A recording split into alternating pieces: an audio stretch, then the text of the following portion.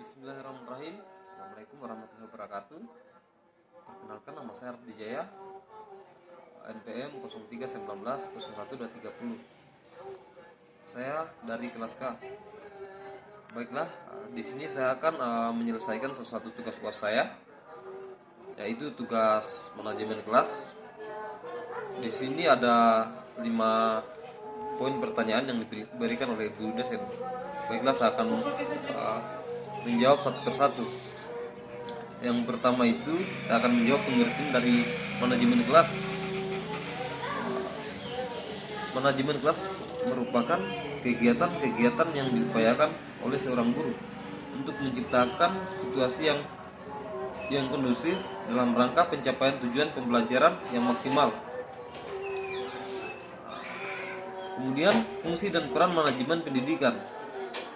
Yang pertama itu ada pengorganisasian.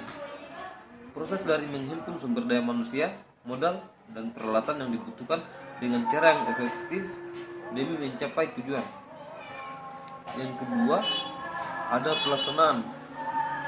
Proses dengan menggerakkan sumber daya manusia yang ada untuk melakukan kegiatan pencapaian tujuan sehingga efisiensi proses terjadi dan menghasilkan efektivitas hasil kerja. Yang berikutnya, pengawasan. Proses pemberian, kembalikan, dan tidak lanjut dari pembandingan antara hasil yang dicapai. Baiklah, itulah jawaban dari soal pertama. Kemudian lanjut di soal kedua. Soalnya itu bagaimana menurut pemahaman Anda tentang kode etik seorang guru? Menurut saya, kode etik seorang guru itu adalah guru berbakti membimbing peserta didik untuk membentuk manusia Indonesia seutuhnya yang berjiwa Pancasila. Guru memiliki dan melaksanakan kejujuran profesional. Guru berusaha memperoleh informasi tentang peserta didik sebagai bahan melakukan bimbingan dan pembinaan. Guru menciptakan suasana sekolah sebaik-baiknya yang menunjang keberhasilannya proses. Kemudian, fungsi organisasi lembaga pendidikan. Fungsi organisasi lembaga pendidikan adalah untuk mencerdaskan kehidupan bangsa dan membentuk generasi yang lebih baik.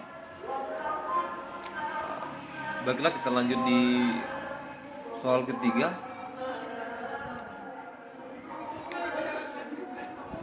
Di sini saya akan memaparkan beberapa poin kecil dari materi ke-13 yang telah diberikan oleh dosen pada awal pertemuan.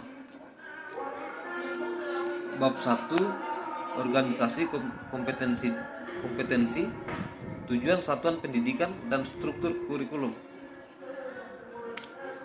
Bagian A, yang pertama ada organisasi kompetensi.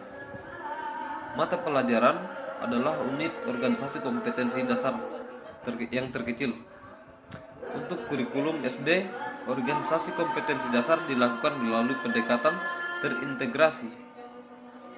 Berdasarkan pendekatan ini, maka terjadi reorganisasi kompetensi dasar mata pelajaran yang mengintegrasikan konten mata pelajaran ilmu pengetahuan alam dan ilmu pengetahuan sosial di kelas 1, 2, dan 3 ke dalam mata pelajaran pendidikan Pancasila dan kewarganegaraan, bahasa Indonesia, matematika, serta pendidikan jasmani, olahraga, dan kesehatan. Dengan pendekatan ini, maka struktur kurikulum SD menjadi lebih sederhana karena jumlah mata pelajaran berkurang. B. Tujuan satuan belajar, penyelenggaraan pendidikan dasar dan menengah sebagaimana yang dinyatakan dalam peraturan pemerintah nomor 17 tahun 2010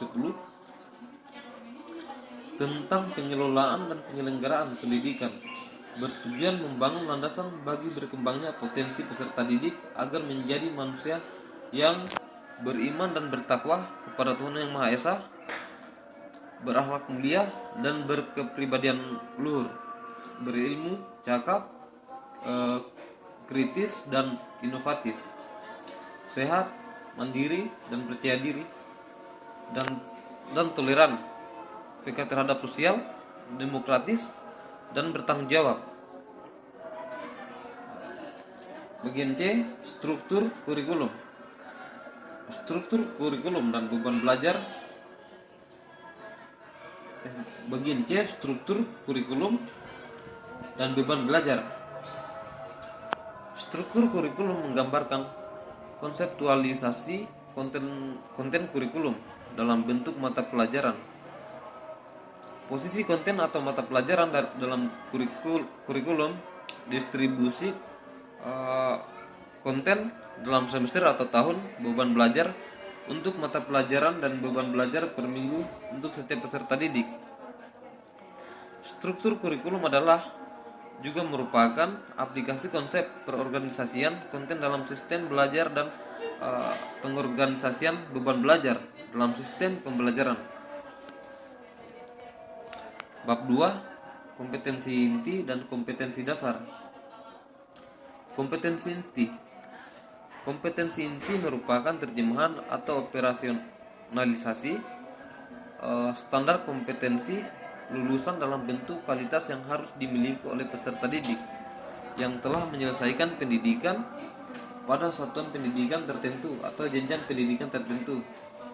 Gambaran mengenai kompetensi utama yang dikelompokkan ke dalam aspek sikap, keterampilan, dan pengetahuan yang harus dipelajari peserta didik untuk suatu jenjang sekolah, kelas, dan mata pelajaran.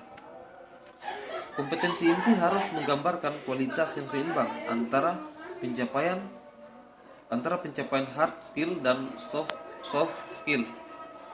B. Kompetensi dasar yang diturunkan dari kompetensi inti. Kompetensi dasar adalah konten atau kompetensi yang terdiri atas sikap, keterampilan, dan pengetahuan yang bersumber pada kompetensi inti yang harus dikuasai peserta didik. Bab 3, pembelajaran tematik integratif.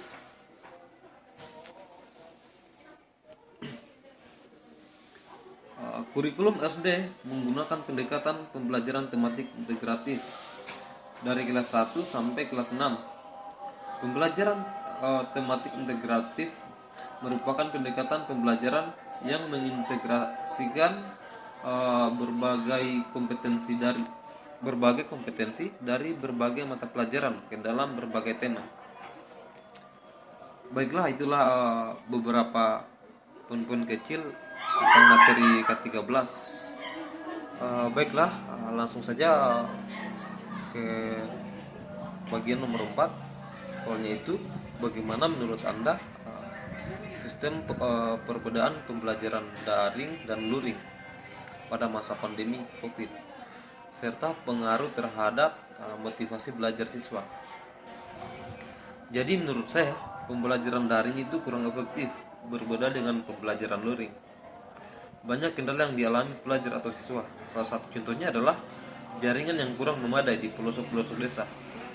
Kemudian pembelajaran daring sangat mempengaruhi motivasi belajar. Bagaimana tidak, kebanyakan siswa menggunakan handphone untuk membuka situs-situs yang tidak bermanfaat sehingga lupa untuk belajar.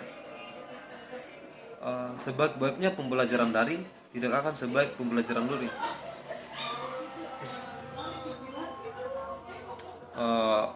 Itulah tadi jawaban dari soal nomor 4. Selanjutnya saya akan menjawab soal yang terakhir atau nomor 5. Soalnya itu bagaimana sikap Anda jika mendapatkan siswa-siswa yang motivasi belajarnya rendah. Jadi sikap saya jika mendapatkan kelas yang motivasi belajar siswa-siswanya rendah, yaitu dengan menggunakan berbagai metode dan kegiatan yang beragam. Dengan menggunakan metode belajar dan kegiatan yang beragam, proses belajar bisa berlangsung dengan lebih menarik. Materi yang akan kita sampaikan bisa dikemas dengan bentuk-bentuk yang menarik, misalnya dengan membuat materi pelajaran dalam bentuk animasi. Selain itu, menciptakan suasana yang menyenangkan dalam belajar. Siswa dapat belajar dengan lebih baik apabila berada dalam suasana yang menyenangkan, merasa aman dan bebas dari rasa tegang. Dengan melakukan hal tersebut, maka motivasi belajar siswanya yang rendah dapat meningkat. Baiklah, terima kasih. Mungkin itu saja video dari saya. Lebih dan kurangnya mohon dimaafkan. Saya akhiri dengan ucapan billahi taufiq wal hidayah. Assalamualaikum warahmatullahi wabarakatuh.